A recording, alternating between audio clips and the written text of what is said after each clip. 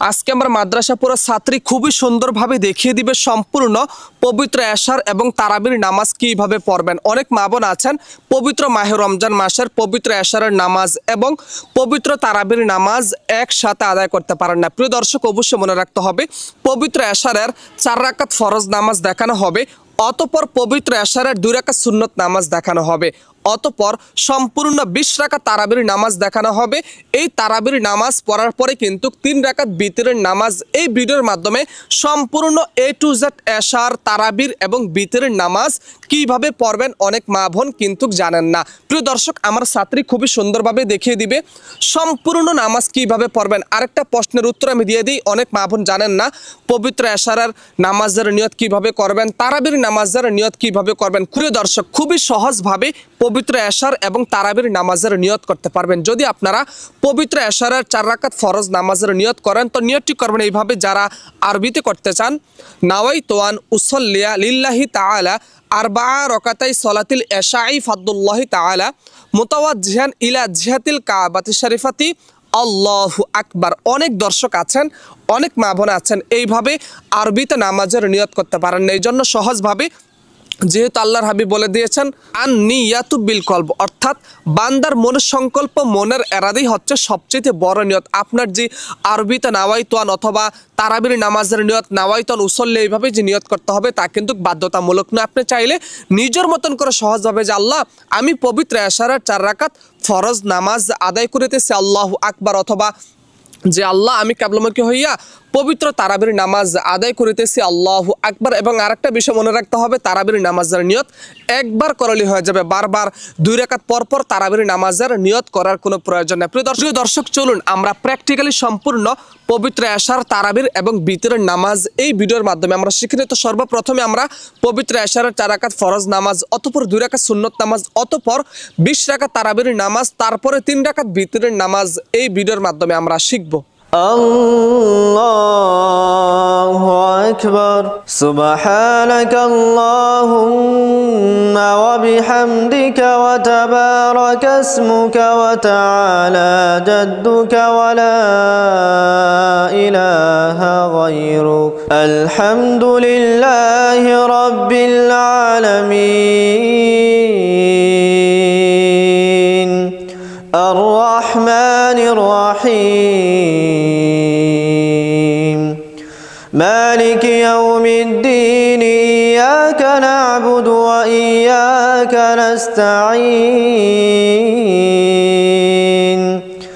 ইহদিনাস সিরাতাল মুস্তাকিম সিরাতাল লাযীনা আন'আমতা আলাইহিম غير المغضوب عليهم ولا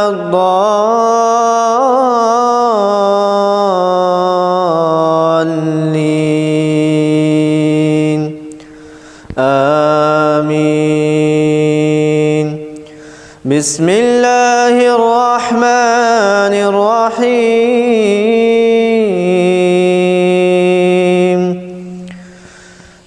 ألم تر كيف فعل ربك بأصحاب الفيل ألم يجعل كيدهم في تضليل وأرسل عليهم طيرا أبابيل ترميهم بحجارة من سجيل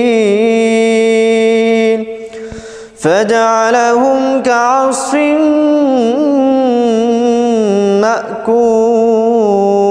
مأكول. الله أكبر. سبحان ربي العظيم سبحان ربي العظيم سبحان ربي العظيم سمع الله لمن حمده ربنا لك الحمد. الله أكبر. سبحان ربي الأعلى سبحان ربي الأعلى سبحان ربي الأعلى. الله أكبر رب اغفر لي وارحمني الله أكبر سبحان ربي الأعلى سبحان ربي الأعلى سبحان ربي الأعلى الله أكبر الحمد لله رب العالمين الرحمن الرحيم مالك يوم الدين إياك نعبد وإياك نستعين اهدنا الصراط المستقيم صراط الذين أنعمت عليهم غير المغضوب عليهم ولا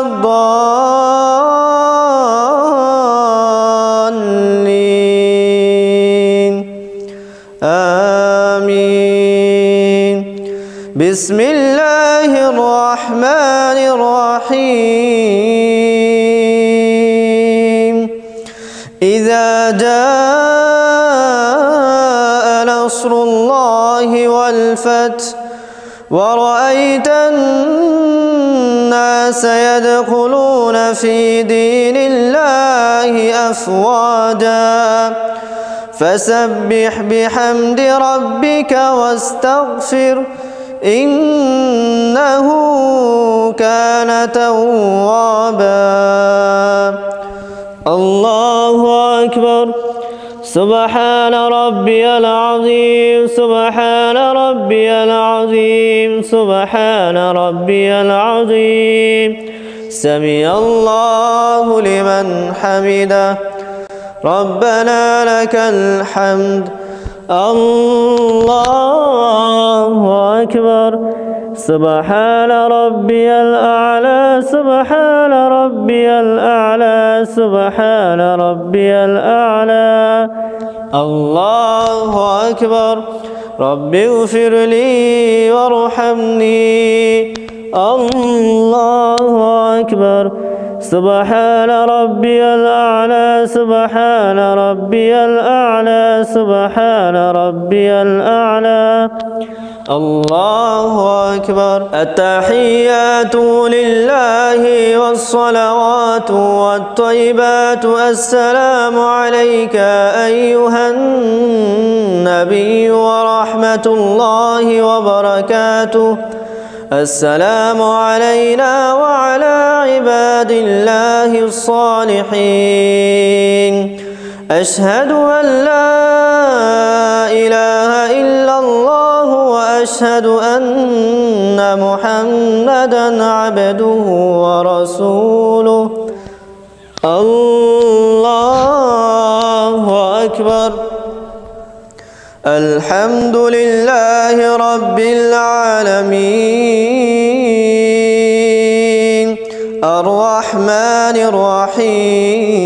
الرحيم مالك يوم الدين إياك نعبد وإياك نستعين اهدنا الصراط المستقيم صراط الذين أنعمت عليهم غير المغضوب عليهم ولا الضالين آمين الله أكبر سبحان ربي العظيم سبحان ربي العظيم سبحان ربي العظيم سمع الله لمن حمده ربنا لك الحمد الله أكبر سبحان ربي الأعلى سبحان ربي الأعلى سبحان ربي الأعلى الله أكبر رب اغفر لي وارحمني الله أكبر سبحان ربي الأعلى سبحان ربي الأعلى سبحان ربي الأعلى الله أكبر الحمد لله رب العالمين الرحمن الرحيم مالك يوم الدين إياك نعبد وإياك نستعين اهدنا الصراط المستقيم صراط الذين أنعمت عليهم غير المغضوب عليهم ولا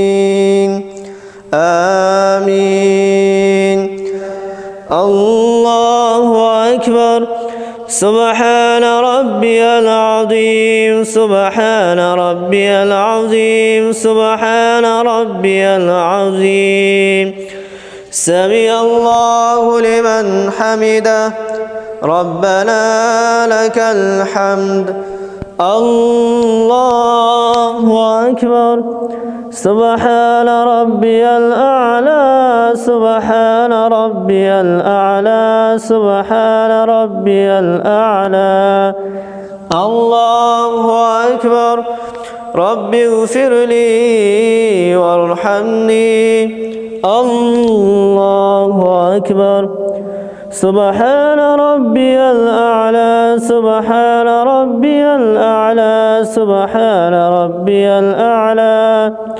الله أكبر التحيات لله والصلوات والطيبات السلام عليك أيها النبي ورحمة الله وبركاته السلام علينا وعلى عباد الله الصالحين أشهد أن لا إله إلا الله وأشهد أن محمدا عبده ورسوله اللهم صل على محمد وعلى آل محمد كما صليت على إبراهيم وعلى آل إبراهيم إنك حميد مجيد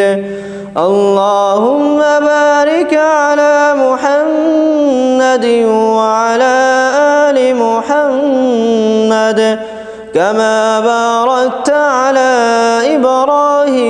إبراهيم وعلى آل إبراهيم إنك حميد مجيد اللهم إني ظلمت نفسي ظلما كثيرا ولا يغفر الذنوب إلا أنت فاغفر لي مغفرة من عندك وارحمني إنك أنت الغفور الرحيم السلام عليكم ورحمة الله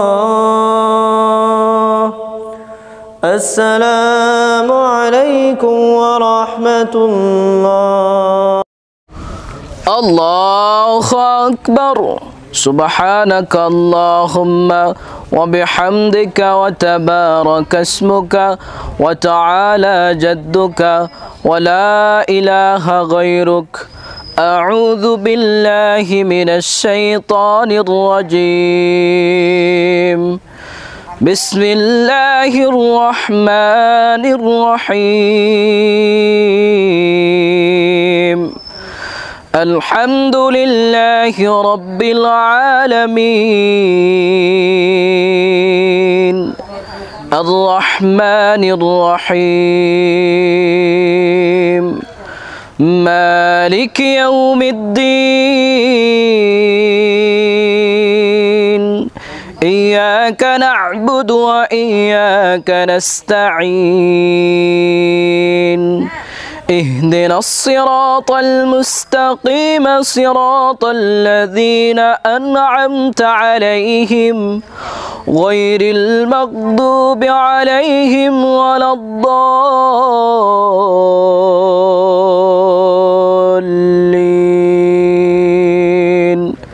آمين. بسم الله الرحمن الرحيم.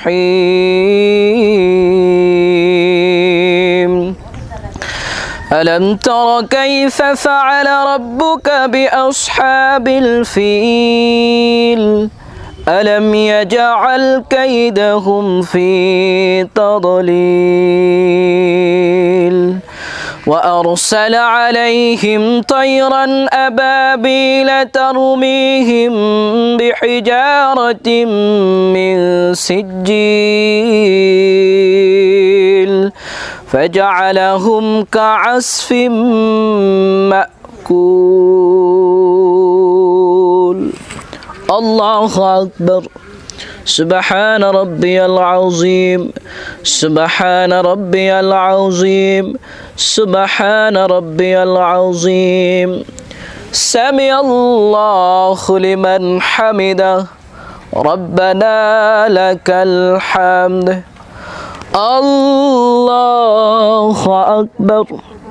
سبحان ربي العالى سبحان ربي العالى سبحان ربي العالى. الله أكبر. الله أكبر. سبحان ربي العالى سبحان ربي العالى سبحان ربي العالى. الله أكبر. بسم الله الرحمن الرحيم. الحمد لله رب العالمين الرحمن الرحيم مالك يوم الدين إياك نعبد وإياك نستعين اهدنا الصراط المستقيم صراط الذين أنعمت عليهم غير المغضوب عليهم ولا الضالين آمين. بسم الله الرحمن الرحيم. لإيلاف قريش إيلافهم رحلة الشتاء والصيف فليعبدوا رب هذا البيت الذي أطعمهم من جوع وآمنهم من خوف. الله أكبر. سبحان ربي العظيم سبحان ربي العظيم سبحان ربي العظيم. سمع الله لمن حمده ربنا لك الحمد. الله أكبر.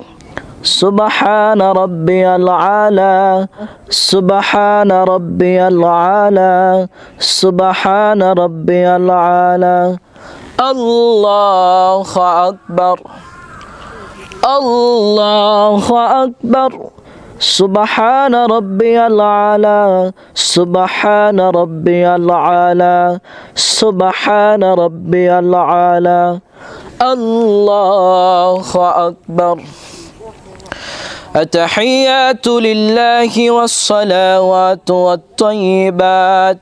السلام عليك أيها النبي ورحمة الله وبركاته السلام علينا وعلى عباد الله الصالحين أشهد أن لا إله إلا الله وأشهد أن محمدا عبده ورسوله اللهم صل على محمد وعلى آل محمد كما صليت على إبراهيم وعلى آل إبراهيم إنك حميد مجيد اللهم بارك على محمد وعلى آل محمد كما باركت على إبراهيم وعلى آل إبراهيم إنك حميد مجيد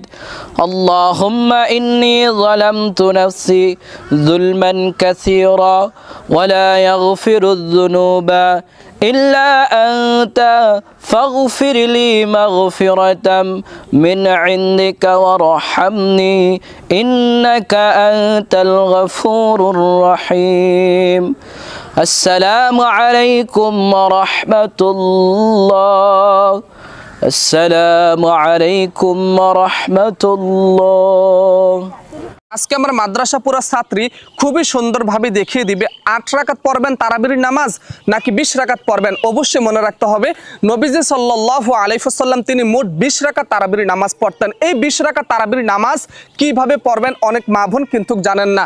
আমার ছাত্রী খুবই সুন্দরভাবে দেখিয়ে দিবে তারাবির নামাজ কিভাবে পড়বেন, কোন সূরা দ্বারা পড়বেন, তারাবির নামাজের নিয়ত করবেন কিভাবে, 2 রাকাত এবং 4 রাকাত তারাবির নামাজ পড়ার পরে কোন দোয়াটা পড়বেন, মুনাজাত ধরে কোন দোয়াটা পড়বেন অনেকেই কিন্তু জানেন না। অবশ্যই এই দোয়া এবং মুনাজাত ভিডিওর শেষে আমি নিজেই আপনাদেরকে তা বলে দিব। এবং এই তারাবির নামাজের নিয়ত করবেন এইভাবে, নাওয়াইতু আন উসাল্লিয়া লিল্লাহি তাআলা রকাতাই সলাতি তারাবি, যেহেতু তারাবির নামাজ পড়ব তারাবি সুন্নাতু রাসূলিল্লাহি তাআলা মুতাওয়াজ্জিহান ইলা জিহাতিল কাবাতি শরীফাতি আল্লাহু আকবার। এবং আরেকটা প্রশ্ন অনেক মা বোন আমাদের কাছে জানতে চেয়েছেন, হুজুর কোন সূরা দ্বারা পড়ব? অবশ্যই মনে রাখতে হবে পবিত্র কোরআন শরীফের ছোট বড় যে কোনো সূরা দ্বারাই এই তারাবির নামাজ পড়তে পারবেন। প্রিয় দর্শক, আজকের এই ভিডিওর মাধ্যমে শুধুমাত্র 2 রাকাত তারাবির নামাজ দেখানো হয়েছে। আমার ছাত্রী যেভাবে রুকু সেজদা করবে, যেভাবে নিয়ত বাঁধবে, সেম এইভাবে আপনারা 2 রাকাত করে মোট 20 রাকাত তারাবির নামাজ পড়বেন। আরেকটা প্রশ্ন অনেক মা বোন আমাদের কাছে কমেন্টস করেছেন, হুজুর এই তারাবির নামাজের নিয়ত কি একবার করলে হবে নাকি 2 রাকাত পর পর তারাবির নামাজের নিয়ত করতে হবে? প্রিয় দর্শক, তারাবির নামাজের নিয়ত একবার করলে হয়ে যাবে, বারবার তারাবির নামাজের নিয়ত করার কোনো প্রয়োজন নাই। সর্বপ্রথমে আমরা জায়নামাজের উপরে দাঁড়াবো। জায়নামাজের উপরে দাঁড়ানোর পরে এই জায়নামাজের একটা দোয়া আছে, যারা পারেন পড়বেন, যারা না পারেন কোনো অসুবিধা নাই। দোয়াটা হচ্ছে ইন্নি ওয়াজ্জাহাতু ওয়াজহিয়া লিল্লাযী ফাতারাস সামাওয়াতি ওয়াল আরদা হানিফা ওয়া মা আনা মিনাল মুশরিকিন। অতঃপর নামাজের নিয়ত করবেন।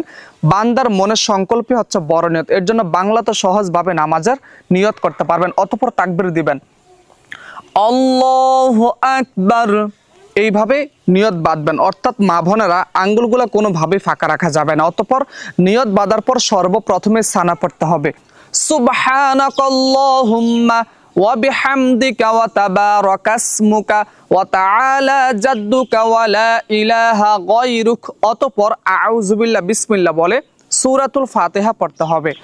আউযু বিল্লাহি মিনাশ শাইতানির রাজীম, বিসমিল্লাহির রহমানির রহিম, আলহামদুলিল্লাহি রাব্বিল আলামিন, আর-রহমানির রহিম, মালিকি ইয়াউমিদ্দিন, ইয়্যাকা না'বুদু ওয়া ইয়্যাকা নাস্তাঈন, ইহদিনাস সিরাতাল মুস্তাকিম, সিরাতাল্লাযীনা আন'আমতা আলাইহিম গায়রিল মাগদুবি আলাইহিম ওয়ালাদ-দাল্লিন, আমিন। এখন আমরা পবিত্র কোরআন শরীফের যে কোনো একটা সূরা পড়ব। বিসমিল্লাহির রহমানির রহিম, আলাম তারা কাইফা ফাআলা রাব্বুকা বিআসহাবিল ফিল, আলাম ইয়াজআল কাইদাহুম ফি তাদলিল ওয়া আরসালা আলাইহিম তায়রান আবাবিল তারমিহিম বিহিজারাতিন মিন সিজ্জিল ফাজআলাহুম কাআসফিম মাকুল। এখন আমরা রুকু সাজদা করে আবার দাঁড়িয়ে যাব। রুকুতে যাও। আল্লাহু আকবার। সুবহান রাব্বিয়াল আযীম, সুবহান রাব্বিয়াল আযীম, সুবহান রাব্বিয়াল আযীম, সামিআল্লাহু লিমান হামিদা, রব্বানা লাকাল হামদ। এখন আমরা সরাসরি সিজদার মধ্যে চলে যাব। আল্লাহু আকবার। সুবহান রাব্বিয়াল আলা, সুবহান রাব্বিয়াল আলা, সুবহান রাব্বিয়াল আলা। আল্লাহু আকবার। রব্বিগফিরলি ওয়ারহামনি। আল্লাহু আকবার। সুবহান রাব্বিয়াল আলা, সুবহান রাব্বিয়াল আলা, সুবহান রাব্বিয়াল আলা। আল্লাহু আকবার। এখন আমরা বিসমিল্লাহ বলে সূরাতুল ফাতিহা পড়ব। আলহামদুলিল্লাহি রাব্বিল আলামিন, আর রহমানির রহিম, মালিকি ইয়াউমিদ্দিন, ইয়াকা না'বুদু ওয়া ইয়াকা নাস্তাঈন, ইহদিনাস সিরাতাল মুস্তাকিম, সিরাতাল লাযীনা আন'আমতা আলাইহিম গায়রিল মাগদুবি আলাইহিম ওয়ালাদ-দাল্লিন, আমিন। এখন আমরা যে কোনো একটা সূরা পড়ব। বিসমিল্লাহির রহমানির রহিম। কুল হুয়াল্লাহু আহাদ, আল্লাহুস সামাদ, লাম ইয়ালিদ ওয়া লাম ইউলাদ ওয়া লাম ইয়াকুল লাহু কুফুয়ান আহাদ। আল্লাহু আকবার। রুকুতে যাও। সুবহান রাব্বিয়াল আযীম, সুবহান রাব্বিয়াল আযীম, সুবহান রাব্বিয়াল আযীম, সামিআল্লাহু লিমান হামিদা। শটান হয়ে দাঁড়াইতে হবে। রব্বানা লাকাল হামদ। এখন আমরা সিজদার মধ্যে যাব। আল্লাহু আকবার। সুবহান রাব্বিয়াল আলা, সুবহান রাব্বিয়াল আলা, সুবহান রাব্বিয়াল আলা। দর্শক মনে রাখতে হবে মা বোনদের কোনই থাকবে মসলার সাথে লাগানো। আল্লাহু আকবার। রব্বিগফিরলি ওয়ারহামনি। আল্লাহু আকবার। সুবহান রাব্বিয়াল আলা, সুবহান রাব্বিয়াল আলা, সুবহান রাব্বিয়াল আলা। আল্লাহু আকবার। এখন আমরা তাশাহুদ পড়ব।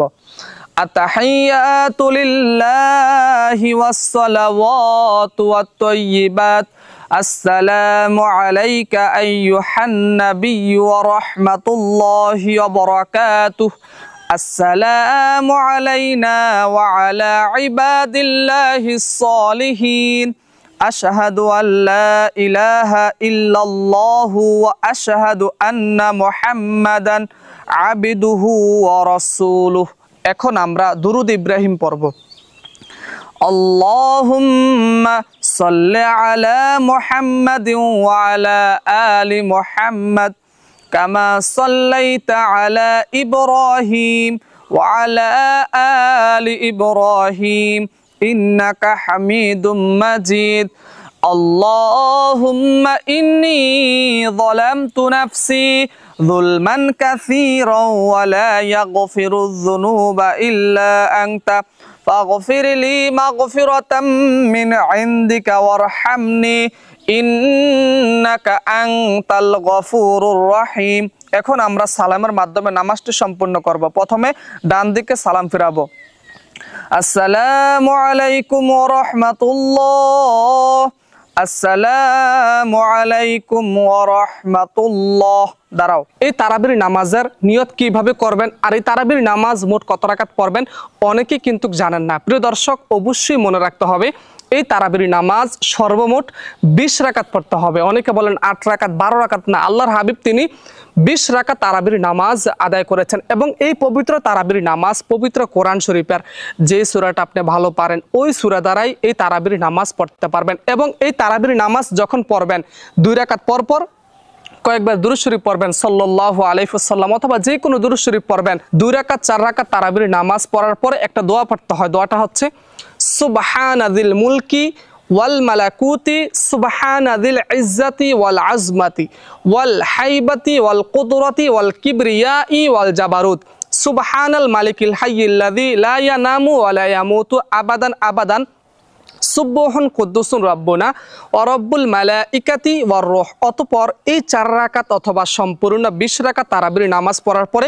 মুনাজাত ধরে একটা দোয়া পড়তে হয়। দোয়াটা হচ্ছে আল্লাহুম্মা ইন্না নাসআলুকাল জান্নাতা ওয়া নাউযু বিকা মিনান নার ইয়া খালিকাল জান্নাতি ওয়ান নার বিরহমাতিকা ইয়া আজিজ ইয়া গফফার ইয়া কারীম ইয়া সাত্তার ইয়া রহিম ইয়া জাব্বার ইয়া খালিক বারর আল্লাহুম্মা জিরনি মিনান নার ইয়া মুজিরু ইয়া মুজির বিরহমাতিকা ইয়া আরহামার রাহিমিন। অনেকে আছেন এইভাবে আরবিতে পড়তে পারেন না, অবশ্যই আমি স্ক্রিনের মধ্যে বাংলাটা বলে দিব, সেখান থেকে আপনারা বাংলা উচ্চারণ দেখে দেখে অবশ্যই এই দোয়াটা শেখার চেষ্টা করতে হবে। আরেকটা প্রশ্ন যে হুজুর আমরা এই তারাবির নামাজের নিয়ত কিভাবে করব? খুবই সিম্পল, খুবই সহজ। আল্লাহর হাবিব বলেন নাওয়াইতু আন উসাল্লিয়া লিল্লাহি তাআলা রকাতাই সলাতি তারাবি, যেহেতু তারাবির নামাজ পড়বেন, তারাবি সুন্নাতু রাসূলিল্লাহি তাআলা মুতাওয়াজ্জিহান ইলা জিহাতিল কাবাতি শরীফাতি আল্লাহু আকবার। অনেকে আছেন এইভাবে আরবিতে নামাজের নিয়ত করতে পারেন, এর জন্য সহজভাবে আল্লাহর হাবিব বলেন আন নিয়াতু বিল কলব, অর্থাৎ বান্দার মনের সংকল্প, মনের এরাদাই হচ্ছে সবচেয়ে বড় নিয়ত। এর জন্য অবশ্যই বাংলাতে এইভাবে নামাজের নিয়ত করবেন। তারাবির নামাজের আমি কেবলমাত্র হইয়া তারাবির 2 রাকাত সুন্নত নামাজ আদায় করিতেছি আল্লাহু আকবার। এবং অবশ্যই যখনই তারাবির নামাজ পড়বেন সেই নামাজের মুসলার মধ্যে দাঁড়ানোর পরে একটা দোয়া পড়বেন। যখন নামাজের মুসলার মধ্যে দাঁড়াবেন অবশ্যই নামাজের মুসলার মধ্যে দাঁড়ানোর পরে দোয়াটা পড়বেন ইন্নী ওয়াজহাতু ওয়াজহিয়া লিল্লাযী ফাতারাস সামাওয়াতি ওয়াল আরদা হানিফা ওয়া মা আনা মিনাল মুশরিকিন। জায়নামাজের সময় এই দোয়াটা অবশ্যই পাঠ করতে হবে। প্রিয় দর্শক, যাই হোক তারাবির নামাজ কিভাবে পড়বেন আমার এই চ্যানেলের ভিতরে দেওয়া আছে, ওইখান থেকে আপনারা শিখে নেবেন।